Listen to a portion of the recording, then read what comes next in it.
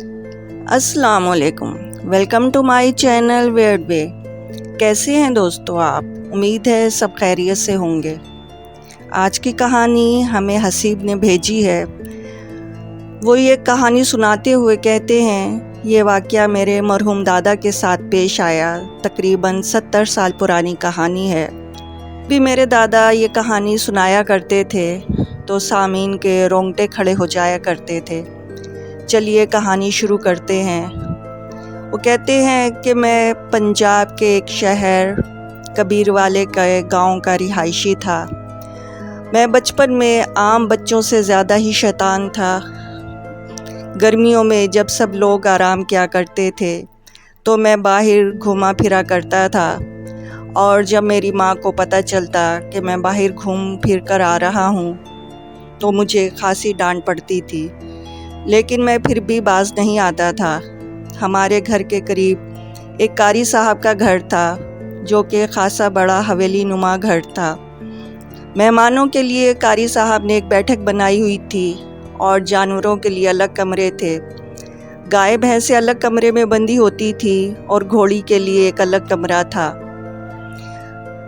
काफ़ी बड़ा घर था और ये कारी साहब गांव के बच्चों को कुरान शरीफ पढ़ाया करते थे, और जो बीमार हो जाते तो उन्हें दम दरूद भी किया करते थे। काफ़ी परहेज़गार बुज़ुर्ग थे। मैं भी उनसे कुरान शरीफ पढ़ा करता था। उनके सहन में एक दरख्त लगा हुआ था आम का। अब मुझे कच्चे पके आम बहुत पसंद थे, और मैं उस दिन भी जब मेरी माँ सो गई तो मैं अपने घर से निकला और कारी साहब के सीधा सहन में चला गया। और जब मैंने देखा कि कारी साहब सो रहे हैं तो मैं खामोशी से दरख्त के ऊपर चढ़ा और आम कच्चे पक्के तोड़े और खाने लगा।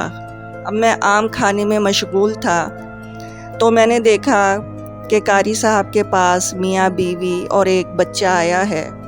खासे परेशान लग रहे थे, तो बच्चे के मुंह से अजीब व गरीब सी आवाज़ें निकल रही थी, और माँ बाप बहुत ज़्यादा परेशान थे।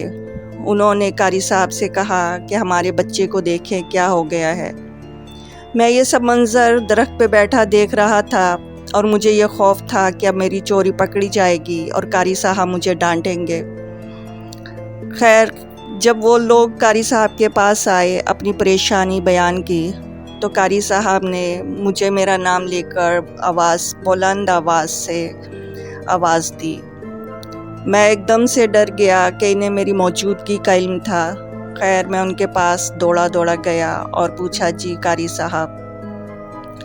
उन्होंने कहा कि घोड़ी वाले कमरे में जाओ और जाकर कहो दाऊद तुम्हें कारी साहब बुला रहे हैं। अब मैंने जैसे ही कारी साहब के मुंह से सुना तो मैं उस कमरे की तरफ चल दिया, और मैं बहुत हैरान था कि जानवरों वाले कमरे में भला किसी इंसान का कहाँ रहता होगा। खैर, कारी साहब का हुक्म था, इसलिए मैं घोड़ी वाले कमरे में गया और मुंह अंदर करके आवाज़ दी कि दाऊद तुम्हें कारी साहब बुला रहे हैं। ये कहकर मैं वापस ही पलट रहा था तो मैंने देखा कि आम वाला दरख्त बहुत ज़ोर और शोर से हिल रहा है, जबकि उस दिन बहुत ज़्यादा हब्स थी। हवा का नामो निशान तक नहीं था। दरख्त में एक अजीब सी हलचल मच रही थी। जितने भी परिंदे बैठे हुए थे वो सब के सब उड़ गए।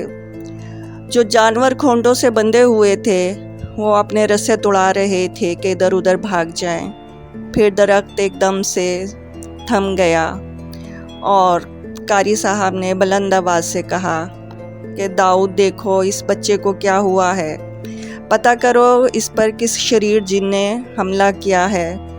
तुम पता करते हो या मैं खुद कोई तदबीर लड़ाऊं? जवाब में दरख्त से मक्खियों के भिनभिनाने की आवाज़ें आने लगी और कारी साहब गौर से सुनने लगे।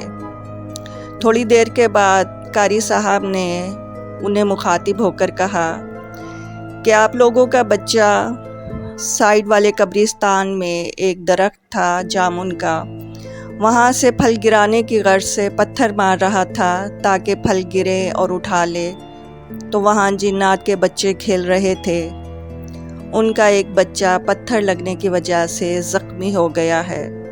اب ان لوگوں کو بہت زیادہ غصہ چڑھا ہوا ہے، اس لیے انہوں نے ایک شریر جن تمہارے بچے کے اندر بھیج دیا ہے۔ خیر، قاری صاحب نے دوبارہ داؤد کو کہا کہ تم ان کی طرف سے معافی مانگو اور بچے کو ٹھیک کرو۔ تو داؤد نے کہا کہ میں نے اپنا ایک دوست جن سے ان کی طرف سے معافی کا پیغام بھجوا دیا ہے اور وہ لوگ راضی ہو گئے ہیں، لیکن انہوں نے شرط لگائی ہے کہ دوبارہ وہ اس طرف نہیں آئے گا اور ہمارے بچوں کو پریشان نہیں کرے گا، اور ہمیں اس چیز کے لیے گارنٹی چاہیے۔ تو قاری صاحب نے کہا کہ تم میری طرف سے گارنٹی دے دو اور ان کو بھی گارنٹی دو کہ یہ لوگ بھی سیٹسفائی ہو جائیں اور جا کر سکون کا سانس لیں۔ تو اس جن نے ایک سکہ نیچے پھینکا درخت سے، جو کہ اس نے اٹھا کر اس کی ماں کو دیا بچے کی۔ اس نے فوراً پلو سے باندھ لیا۔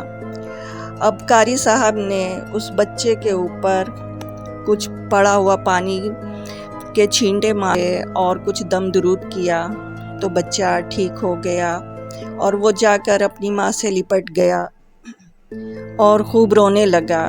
تو بچہ بالکل ٹھیک ہو گیا۔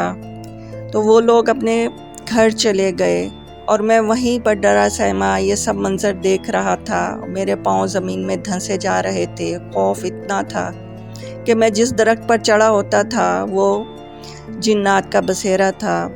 خیر، قاری صاحب کی وجہ سے مجھے کوئی نقصان نہیں پہنچایا تھا۔ اس دن کے بعد سے درخت تو کیا، میں قاری صاحب کے گھر بھی جاتے ہوئے بہت زیادہ خوفزدہ ہو جایا کرتا تھا۔ میری تو جیسے جان نکل جاتی تھی قاری صاحب کے گھر جاتے ہوئے۔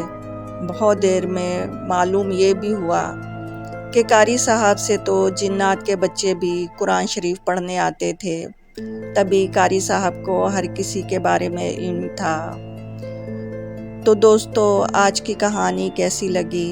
امید ہے آپ کو پسند آئی ہوگی۔ تو بہت بہت شکریہ حسیب آپ کا یہ کہانی بھیجنے کا۔